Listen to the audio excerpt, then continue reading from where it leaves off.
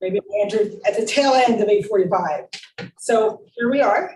We're in the 9 days of leading up to Tisha B'Av.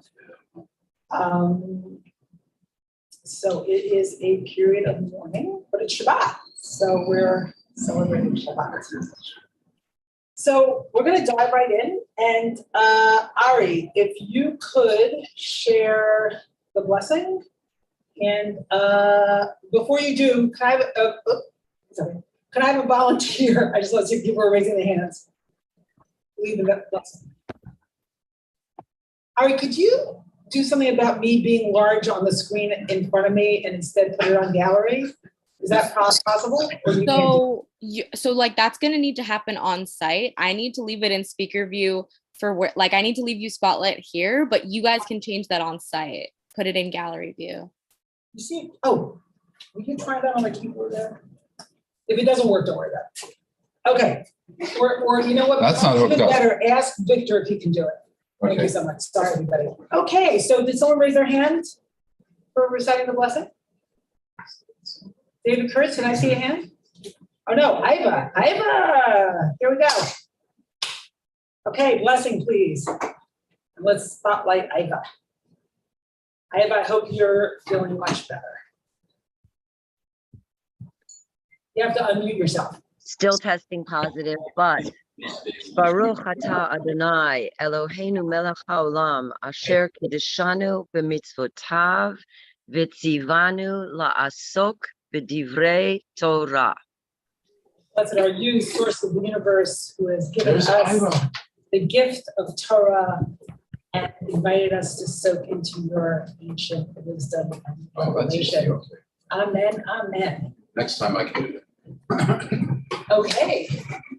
Shabbat shalom. So you've got the door now. People on Zoom, and I'm going to share my screen. We're in a double parsha.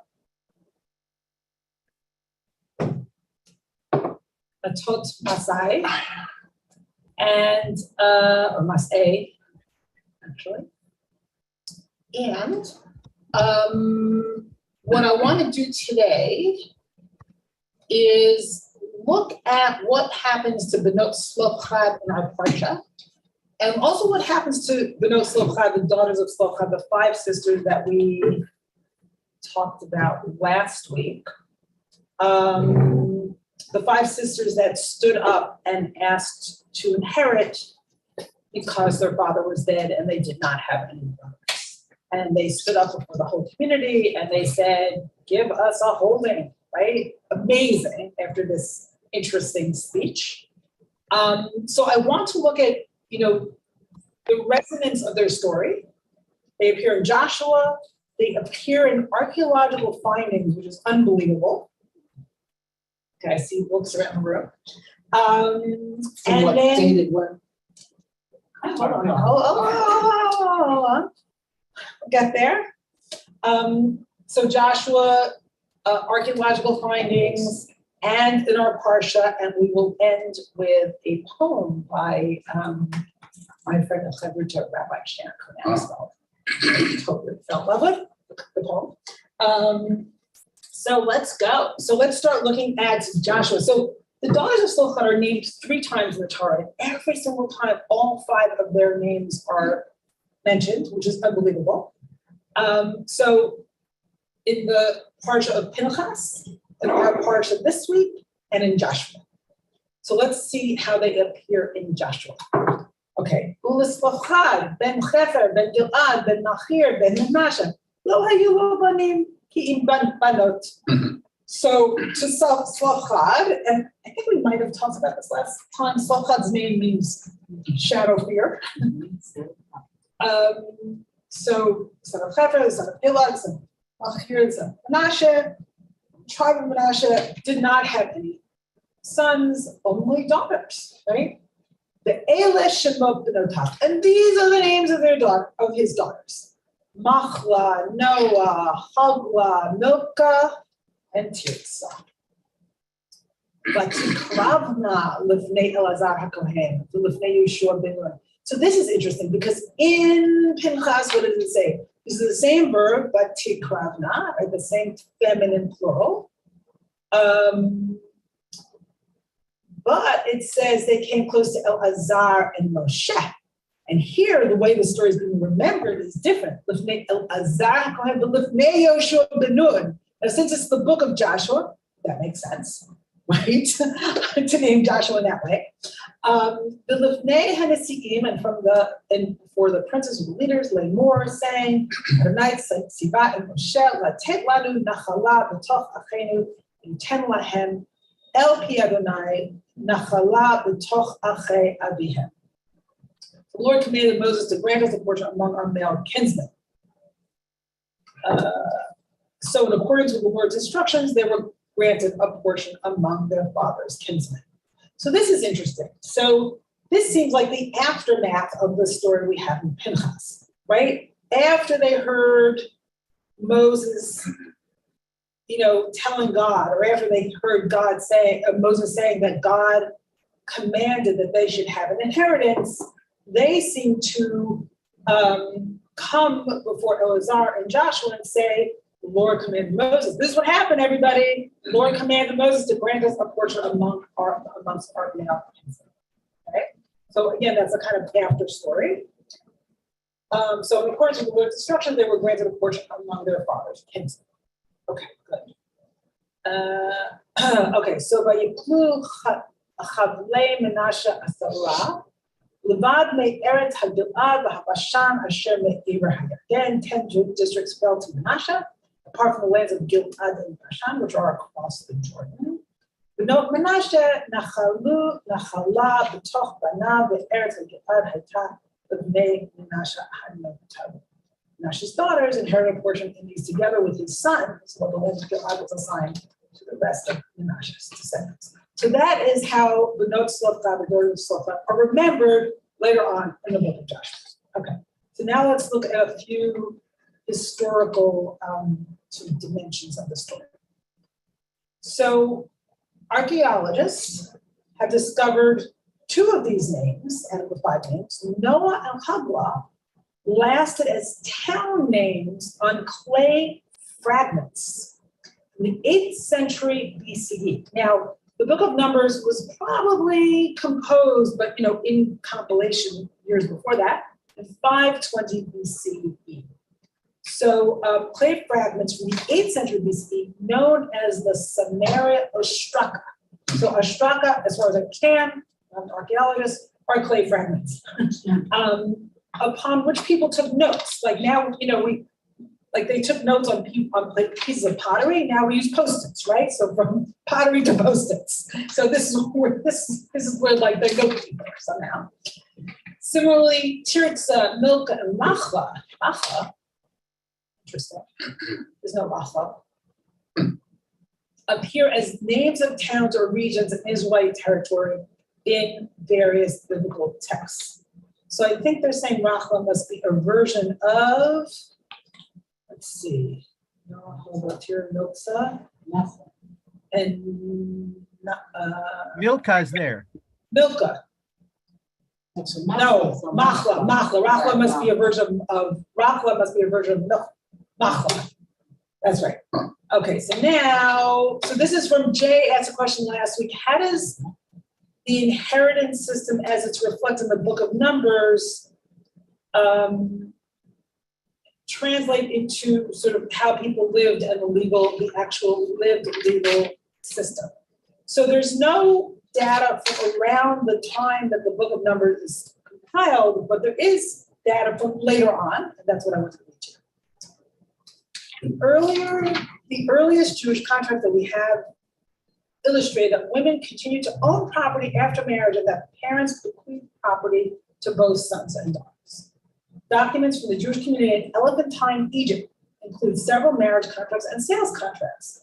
In several documents dated around 460 to 447 BCE, the father of Mibtachia transfers property to her even though he has sons. So it's even more radical. The property remains hers at marriage. And if you think of Abigail in the book of Shmuel, in the book of Samuel, Abigail is clearly, she becomes one of David's wives. She's clearly represented as a woman of worth, independent of her husband. So that, at least in narrative form, that already exists in the Torah. In one case, her husband, who apparently improved one of the several properties in question, or is expected to, is assured that he will have power over half of that particular property for the improvement which you made. H cannot sell that half, and it does, and it goes to their children after her. In another contract dated 434 BCE, a husband transfers ownership of half of the newly purchased property to his wife irreversibly and makes their children, a boy and a girl, equal heirs of his fortune. So that's what I got for you from archaeology and some sort of little shards of history, which I found really interesting. Okay, so now what I want to dive into, let me just see, are there any comments from anywhere? Let me just stop my share. Now we're going to go into a long passage from AR Parsha. In the room on Zoom.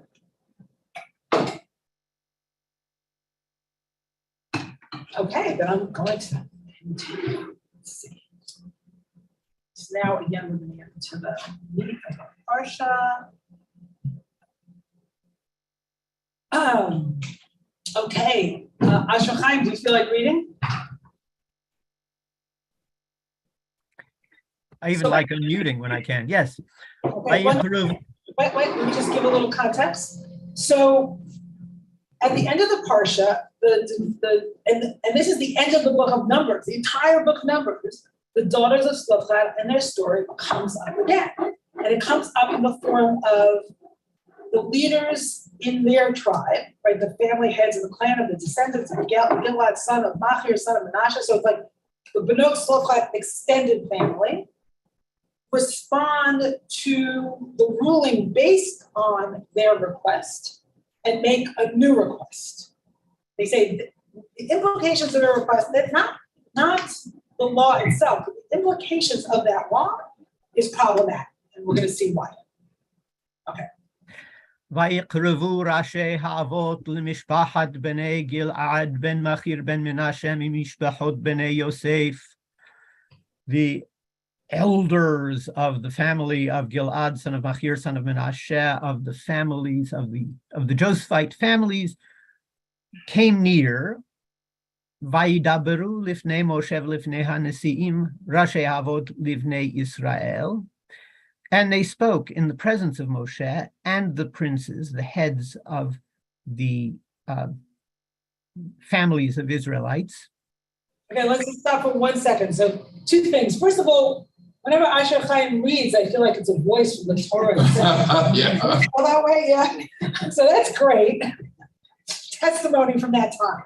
But also, by Yikrivu is exactly what the daughters of Zelophehad did. They came near.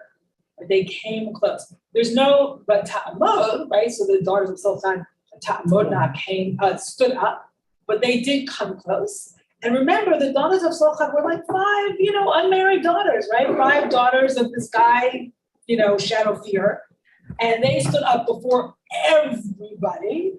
And now we have these Rashi, these leaders, right, who approach and make their own requests. But it's interesting that how these girls, without any status, can approach and make a request, and now these leaders make a request, which feels like a mix. Last time you said they could have been young or old, but you're saying that they were girls.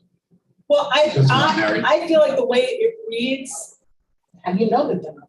Hold on, I'm sorry. I feel like the way it reads, they're single, but I don't know. It doesn't say. So you're right. It's an assumption. It's an assumption. Eva, what did you want to say? And I'll tell you why it's an assumption. Why it makes it. Oh, actually, no, it's not an assumption. It's not an assumption. Because here it says who they have to marry. So it's not an assumption. They weren't married, because now we're going to decide who they married. Okay. So it's not an assumption. They weren't married. So I presume they were young, because it was biblical times. Okay, makes sense, everybody? Yes. I've got a lot of people arguing with me in the room, so sorry for people in Zoom. The next person says that. Okay, Asher. I'm sorry, brain freeze. Did Zelophehad's daughters come in front of Moshe or in front of everybody publicly? Yes, both. ויאמרו את אדוני ציווה אדוני לתת את הארץ בנחלה בגורל לבני ישראל, ואדוני צווה ואדוני לתת את נחלת צלופחד אחינו לבנותיו. They said, Yud-He-Vav-He commanded my Lord to give the land out in portions by lottery for the Israelites, and my Lord was commanded by Yud-He-Vav-He to apportion the inheritance of Tzlofhad, our brother, to his daughters. They're giving a broader view about how land was assigned, and then they say, and then this happened, that Yud-He-Vav-He commanded that the daughters of Tzlofhad will receive land from their father, from their deceased father. I was a little thrown off that it's in the singular, my Lord, in the singular. Yeah. I don't Adoni. Okay. Yeah, that's very strange. And I noticed it before. I would have looked it up, but I did not. So thank you for noticing it. And if anyone has any next year, we'll be back next year. If anyone knows anything about this, put it in the chat. והיו לאחד מבני שבטי בני ישראל לנשים, ונגרעה נחלתן מנחלת אבותינו, ונוסף על נחלת המטה אשר תהיינה להם, ומגורל נחלתנו ייגרע.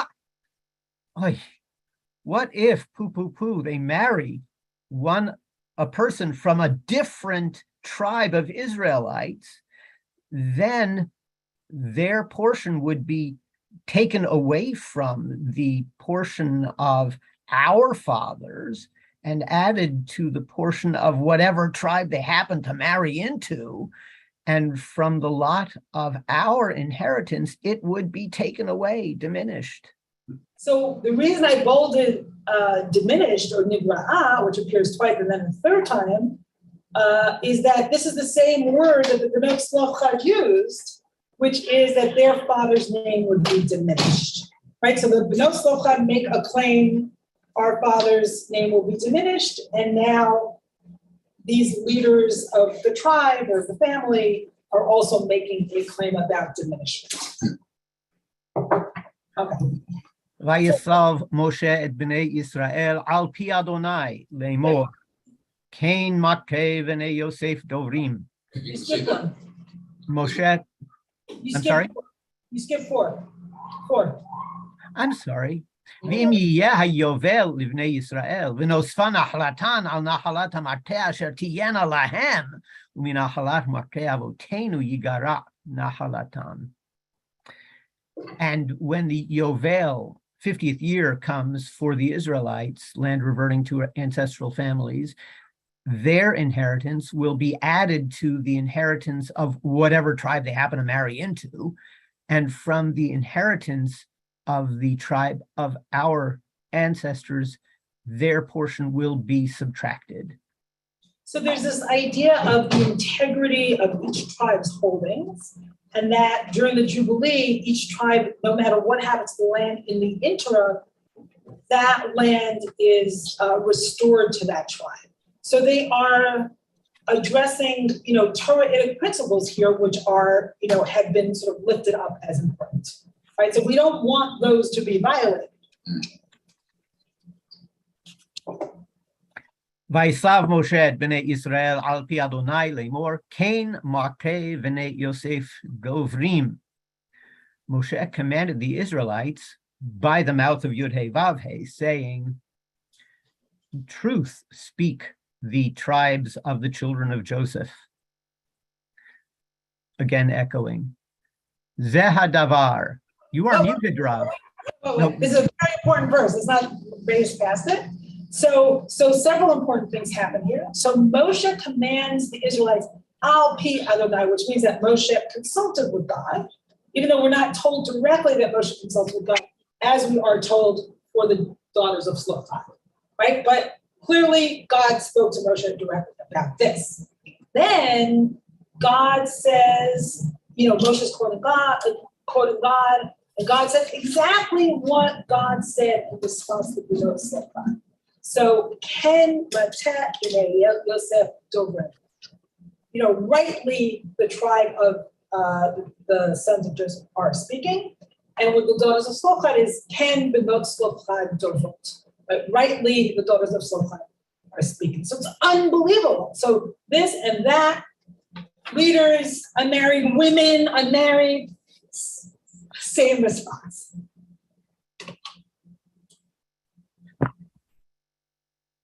זה הדבר אשר ציווה אדוני לבנות צלופחד לאמור, לעקוב בעיניהן תהיינה לנשים, אך למשפחת מטה אביהם תהיינה לנשים. This is the word that Yud-Heh-Vav-Heh has commanded regarding the daughters of Tzlofchad, whom the one who is good in your eyes, you shall become wives. However, someone within the family of your father's tribe, you should become wives. Okay, so in other words, they can marry anyone they want, right? Except they can only be within their clan and tribe.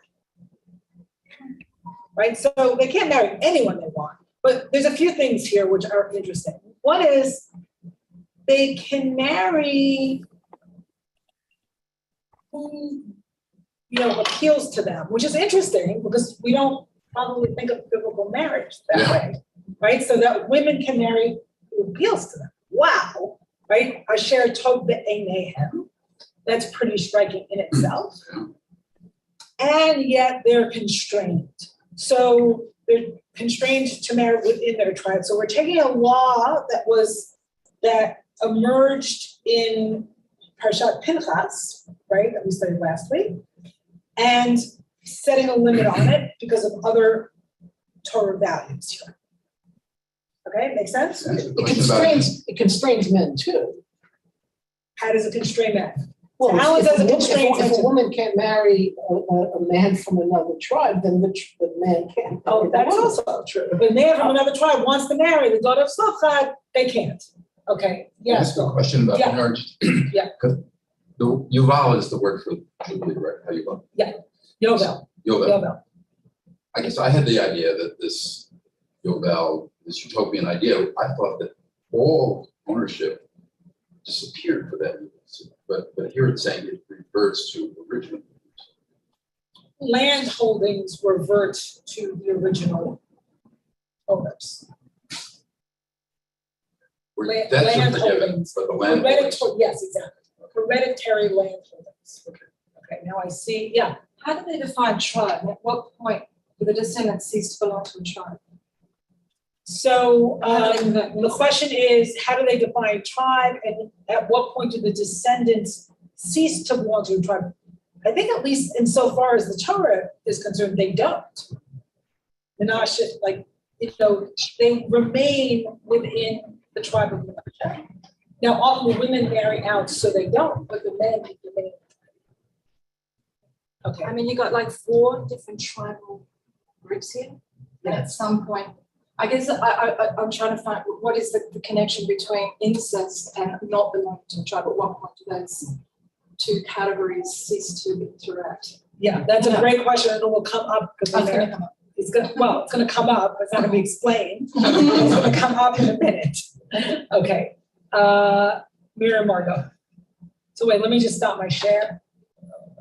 Here we go. Good morning, good Shabbos. So 2 things. I think it's interesting that in Parshat Pinchas, when the daughters of Tzlofchad approach the tent of meeting, that they specifically include that Moshe goes before God and that God gives a decree. And in this case, they don't include that. So I figure there's a couple of reasons.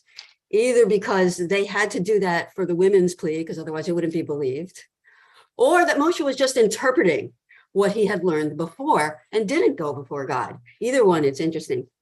And the other thing is, during Tu B'Av, it's my understanding, which is the 15th of Av, the Valentine's Day, that women can marry whoever they want, even if it's outside of the tribe.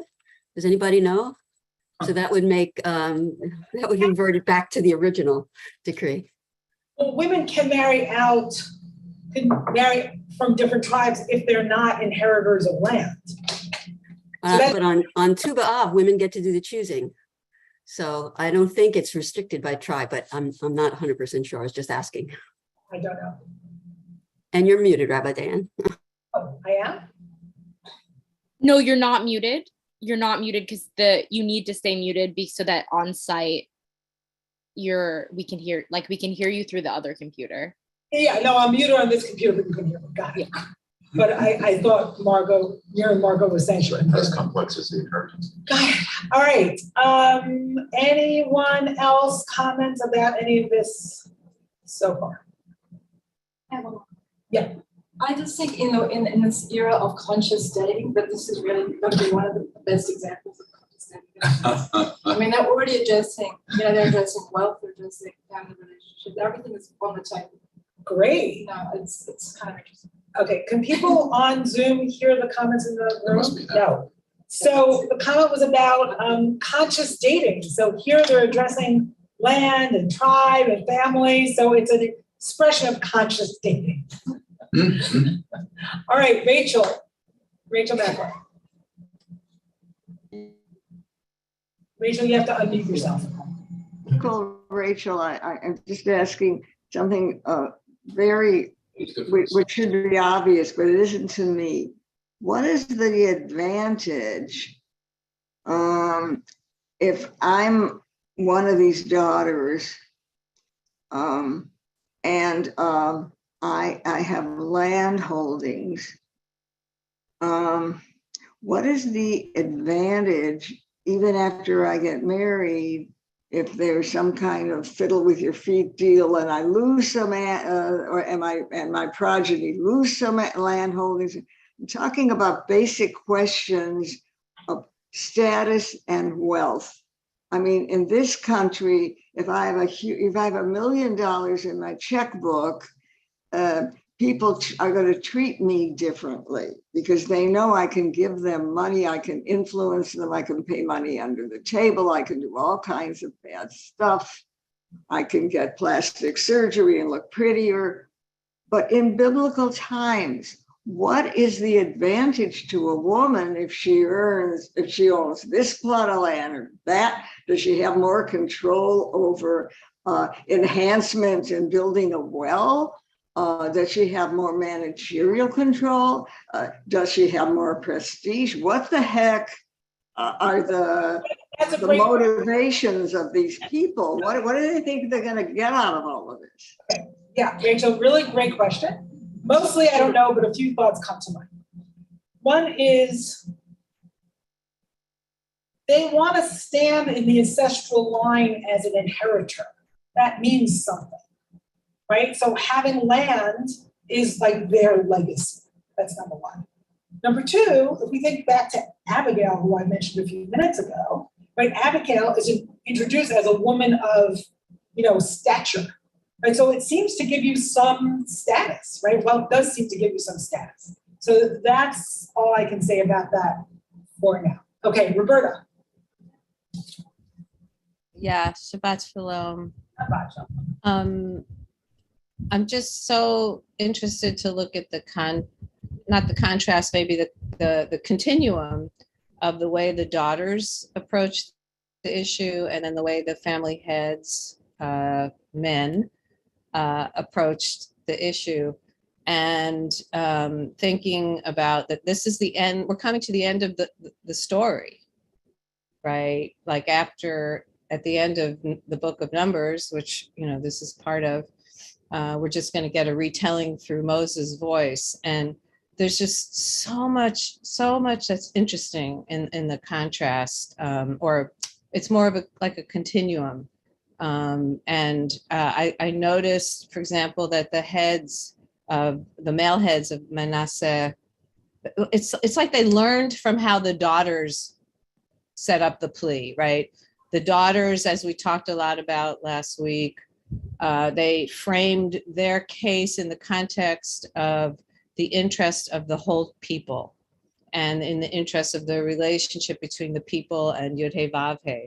And now the male tribesmen heads are doing the same thing, And I'm looking especially at that they noted, they mention the Jubilee, which that might be, I'm not sure if that's in the book of Joshua or in the Torah, but wow.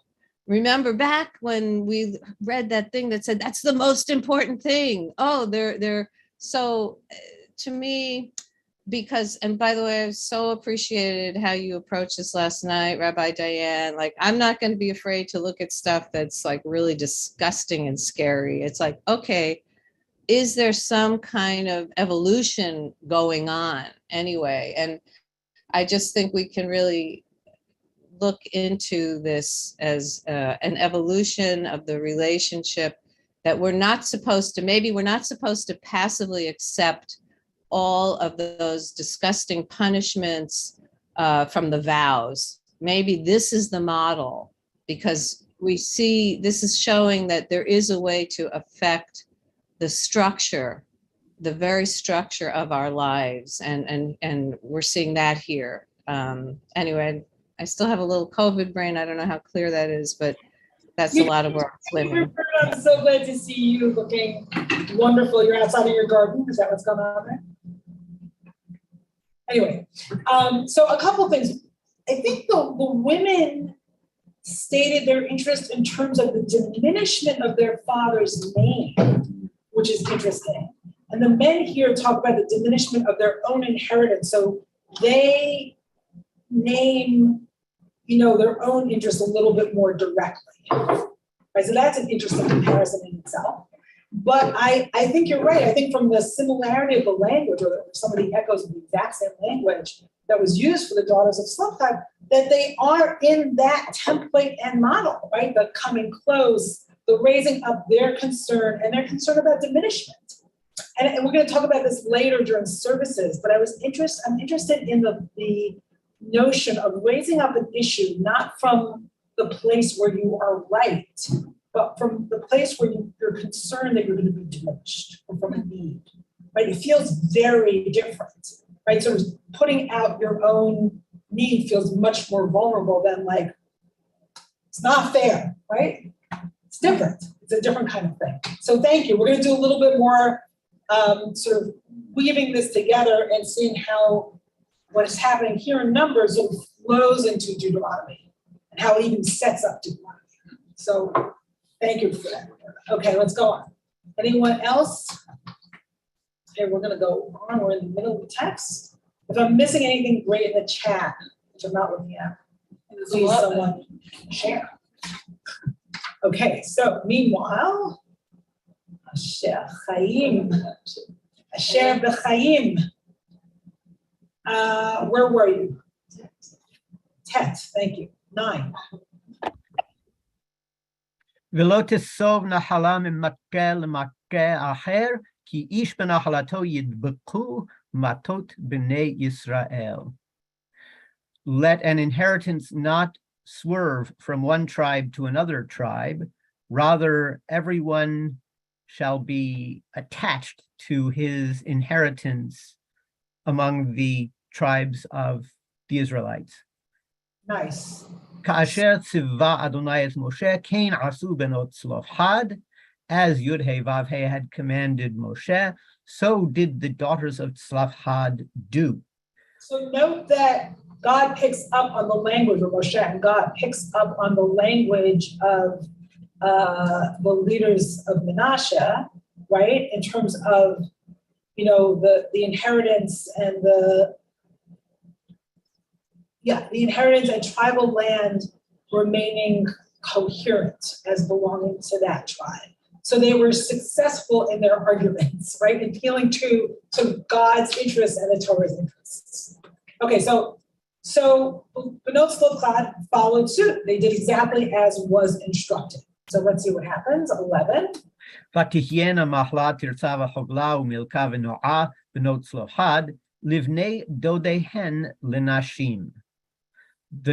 And therefore Machla Tirza Hogla, Milka, and Noah, the daughters of Tzlofchad, became wives to their cousins.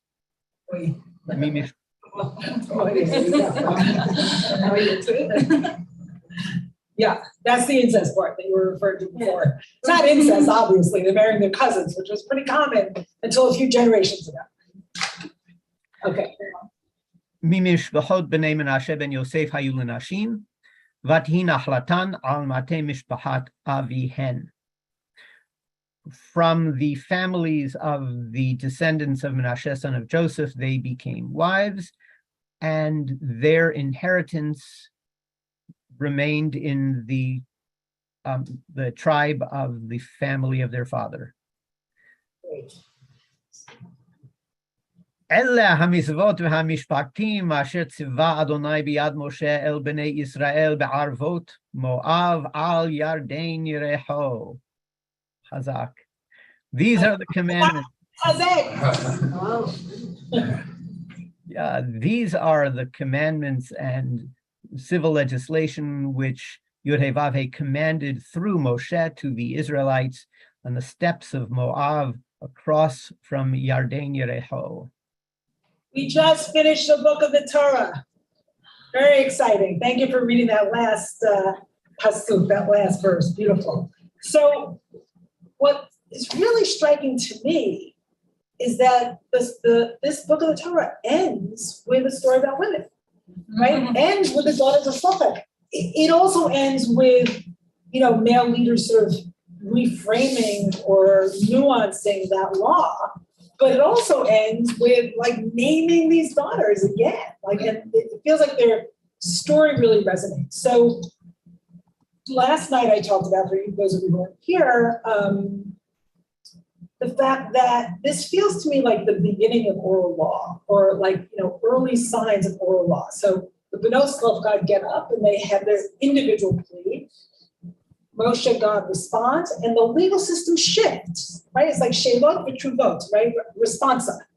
And then male leaders get up and they have a different plea, right? Based on their own need and their own sense of diminishment. And again, the legal system shifts. And so what's fascinating is now we move into Deuteronomy. We have 4 books of the Torah in the omniscient narrator voice. And now we move into the book of the human voice, right? It's retold in Moshe's voice. Fascinating.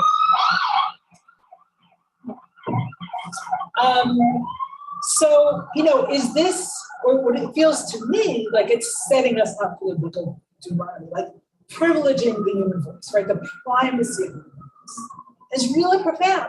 The other thing I was talking to my chavrita about this morning, I don't know if she's still here, yeah, is that, the book ends with the daughters of Tzlofchad, I think in large part because they look forward, literally and figuratively, to being in the promised land. After so much resistance, we're not going there, we want to go backwards, we want to go to Egypt is better. Here are these women looking forward, right? So they're aligned with God's vision and enterprise.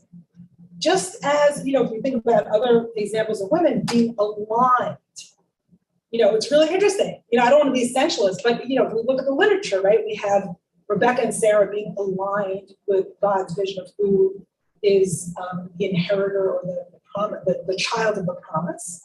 And then, as my Chavrita pointed out, in the beginning of Exodus, we have the midwives, and we have Miriam, and we have the daughter of Pharaoh, all aligned with God's larger project. So that's really interesting in itself. Mark Horn, you're on. I just wanted to note, since we're at the end of the book, and that is translated into English as Numbers, we start with the counting of men. And only men count, and we end where women count. And the women, rather than being counted, are named. Yes, that's fabulous, Mark. And you reminded me of a different point that I want to make.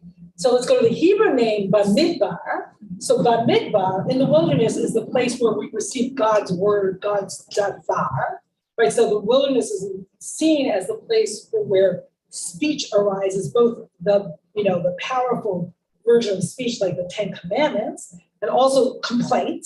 And we go from Bamidbar, right, to Devarim, which are words. So both in English and Hebrew, right, the name of this book is very telling. Mark, you nailed it, Isis.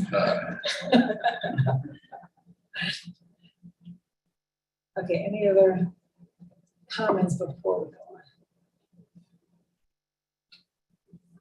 Okay. Hold on, I'm just quickly looking at the notes. Okay. Okay, any other comments before we go forward? Yeah, Amy from Florida. Just in reading, Onkelos, it appears that this discussion took place 15 years before the land was actually divided by Joshua. So these ladies were very forward thinking. These ladies were credit for that. Nice. And then there's always location, right?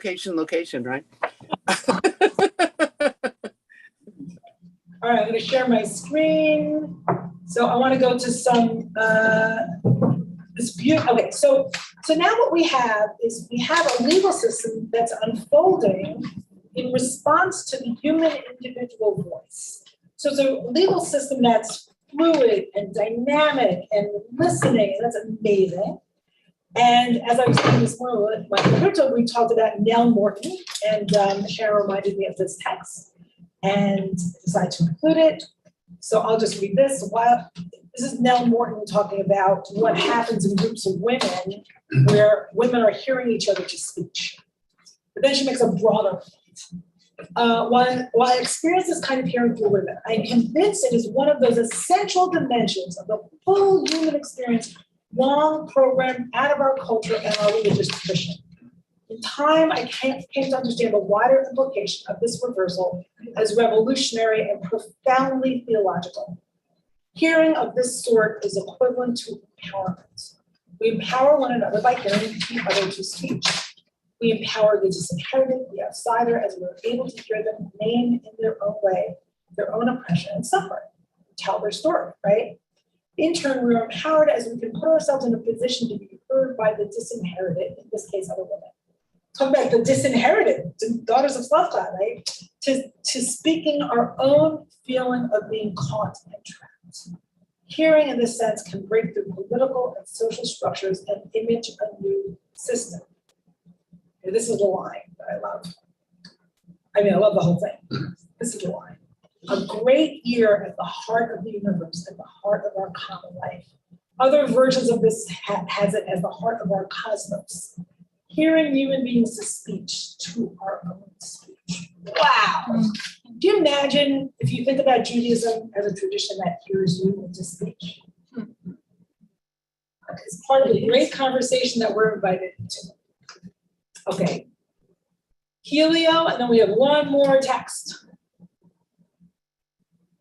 Can I suggest something? What would you consider to be more important, the hearing into speech in the or the reading, the writing and reading out of the tradition? So the question is, what would I consider more important, hearing to speech or writing and reading? So I would say, so it's interesting, Jacob Neusner, the great 20th century scholar, talks about Judaism as the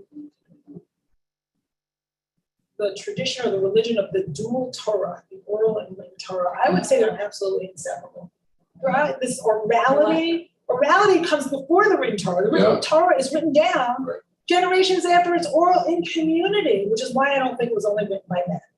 I think these stories got told, right? And by fire, with family, with people taking turns storytelling.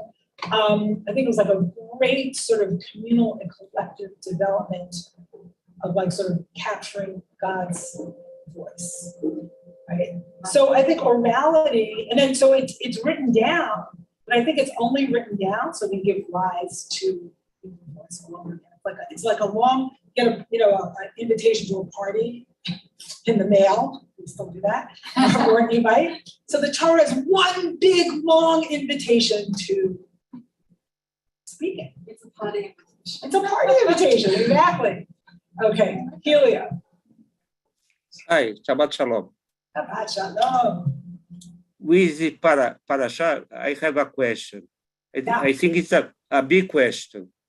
Who is the owner of the land? The God or the man? With a lot of the loss. Wait, who's Who the is owner? the owner? What's Who the- have the land? Who have the land? The God or the man? With a lot of loss, understand? So it says in the Torah, Ki li kol haaretz. God says, the entire earth is mine. In other places, it says that God natan lebnei adam. God gave the earth to human beings. So I would say yes. Yeah.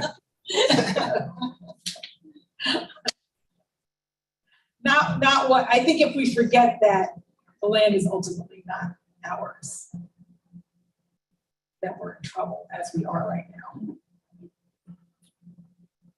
Okay, we're gonna do one more text, and it's a poem written by my friend Sharon. Sharon, do you feel like you wanna read?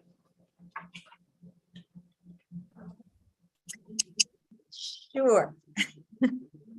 Don't usually read my poetry to people, but for this group, which I so love being with on Shabbat morning. Can you enlarge or you know what? Let me see if I can, hold on. Because I can only get a little bit of it at a time, or I can pull it up on my. Maybe I don't, wait. Oh, is this one, here, is this larger?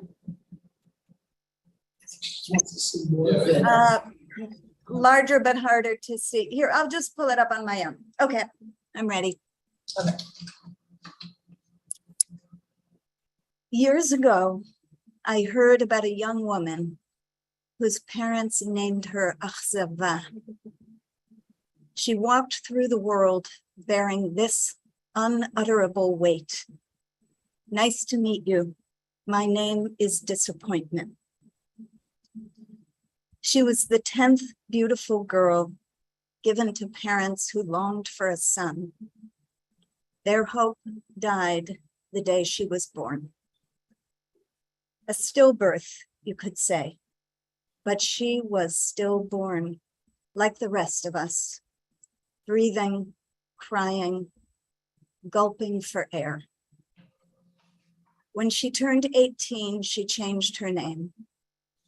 I have always wondered what changed then and what didn't. Last week, I thought of her again as the daughters of Tzlafchad rose up to claim their inheritance in a land under a law that lacked the imagination to see the future in their hands. 5 sisters taking their place in the lineage of savvy, strategic women, using the master's tools to dismantle the master's house, arguing not for their own sake, but for the sake of their father.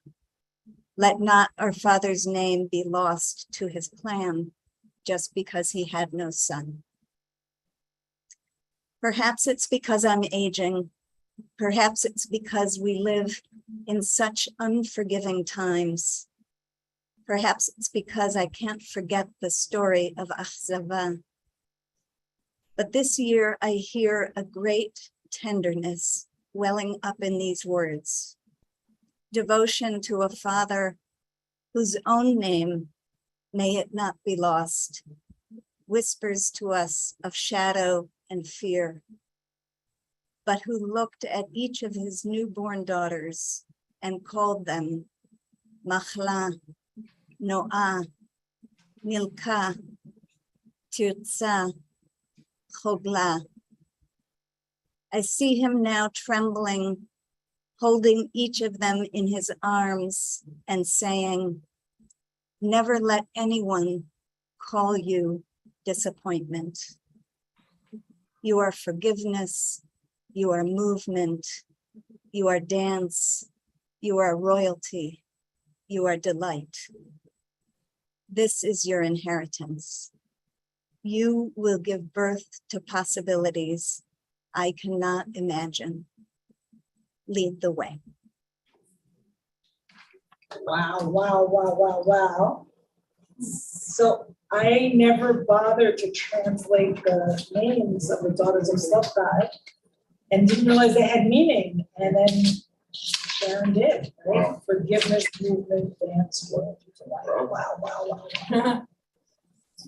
So, yeah, totally beautiful, totally amazing, and so hopeful. So first, Nehemiah, I see your hand, but first I want to see if there are any responses or questions to the poem before. I know, kind of takes your breath away. May I? Well, I was bringing tears to my eyes because I thought of my mother. So, but you know what, speak a little louder, maybe people can hear you. It was bringing tears to my eyes because I thought of my mother, who was also the fourth daughter, and disappointment. Oh, did people hear that? Yeah. Her name was Alice, but and they wanted a son. She was the fourth daughter, and she told me I was always a disappointment. When I think of my mother in that way, it brings tears to my eyes. Oh my God. And I think it's not uncommon And it's for not girls to right, feel that. right, to feel like they are disappointed just in their gender. Right. Yeah, wow. And I love the line, gulping for air, breathing, crying, gulping for air. Because all life demands these basic needs. We all have those needs. Yeah, And yeah. we gulp for life. Because that is what we So, being alive. let me just repeat. So you're saying that we all have this basic need to like go for life. Yeah. Right, so now, no matter who the person is and what they do, they have that need. Right. Yeah. That is life itself. That is God's. That's the source. That's the source. That makes for us go for life. And what you related about your mother and why it brings tears to your eyes underlines for me incredible amount of gratefulness. Because 2 weeks ago, I was at a memorial. You try to speak a little louder. 2 weeks ago, I was at a memorial for my mother's sister. And my mother's living, she's 95. Her younger sister, who got in 93 last year. And all of us cousins got together to memorialize and celebrate her. And one of the great things that this came out of it was that my grandfather, my mother and my aunt's father, Louis Bresson, changed from Russian name, he celebrated his three daughters. Never did he feel a sense of disappointment. And we see that I have great memories of him. And we have incredibly, he was a successful immigrant. He made motion pictures in the 1930s in which you see my mother as a 5-year-old, my aunt as a 3-year-old, my other aunt as an 11-year-old. And he's just delighting in having these three daughters. Oh, God, beautiful counterpoint story. Thank you. Okay, Nehemiah, I'm gonna go for you last, and I'm gonna call on Diman Shah first. Oh, hi. It's Thomas Demansha speaking. No, I just wanted to say about the poem how much I loved the double meaning in the word "still" in the phrase "stillborn," because you can be stillborn, meaning born dead, but you can still be born, born nevertheless, and that pivot is just remarkable, and the double-codedness of it and the capaciousness of that single syllable, and the etymology of still in English, a lesser language than Hebrew, I acknowledge in this context, but still, that which is still, it goes back to an old German word meaning that which stands for something, that which is orderly, that which is calm. And those are all so positive as connotations, and the adverbial use, meaning nevertheless or yet, goes to a sense of unchanging, without change, continuous, which is, if you think about it, the exact opposite of still as we normally use it, constantly mobile, unchanging, unceasing. And in that sense, part of the flow of life. So it's a beautiful word that also means its opposite, if you think into it. And so just to raise those beautiful paradoxes and to thank the poet for those lines. Beautiful. Okay, yeah, thank you. Jessica. Sharon, that was such a beautiful poem. Shabbat Shalom, everyone. I was so moved and found it so meaningful. And what I love that you did on a sort of macro level is take Torah out of history and bring it into present tense. And it's so necessary and so important. And I think I'm sure, a disappointment to my father, who much preferred men to women and in general. And I gave birth to 2 daughters, and I was so thrilled and told them all the time how happy I was that they were daughters, that they were little women, and now my eldest is transitioning and is taking testosterone and is probably going to have top surgery. And even in that has such a strong core of loving their core womanness, their divine feminine, that they don't want to transition and become a he. They want to transition and always be a they and be non-binary because they love that core of themselves but want to shift the physical. So I just think that thing that we can give to each other, to our children and to each other, is to keep saying you are not and will never be a disappointment. What a powerful gift. So thank you very much, Debarti. Thank you for that gift, Jessica. Okay, Nehemiah. Shalom, Kehila Kedusha. What there is to add to all this, so beautiful. I'll still try. First of all, to you, Helio. The land and everything, including my identity as Nehemiah, belong to me temporarily. God will take this and turn it hopefully to someone better than me now. That's number one. Number two, and that's to the parasha. I'm a woman. I'm not going to change my sex, but I have a strong feminine in me, and I'm very proud of it. So I want to raise not the women, I raise the women, but the feminine. Kvoda pnima, a honor is inside. Since creation, we men, we go outside objectively and we lose contact with paradise inside. So it's the feminine. It's no wonder that the women had the power of prophecy, because they knew how to go inside. And the men who were prophets, I believe, were also learned to go inside. Jung caught it very well. So I just want to say, hail to men, hail to women, but mostly hail to the feminine, which is so neglected in Western culture. In the East, even though they put the women down, they still give the feminine a little bit more. That's all about it. And I love to speak and see you not like, but smiling. So I didn't say something so off. No, it's good. I'd like to end with a blessing. It's poem. Which is also me to tears. Never let anyone call you disappointment. Your forgiveness, your movement, your dance, your royalty, your delight. This is your inheritance. You will give birth to possibilities none of us can imagine. Bye. Shalom. And תודה רבה וישר כוח. Chaim, you will become the Zoom host now. Does that work? I will be honored. Thank you. Okay, this is the after party, and Ari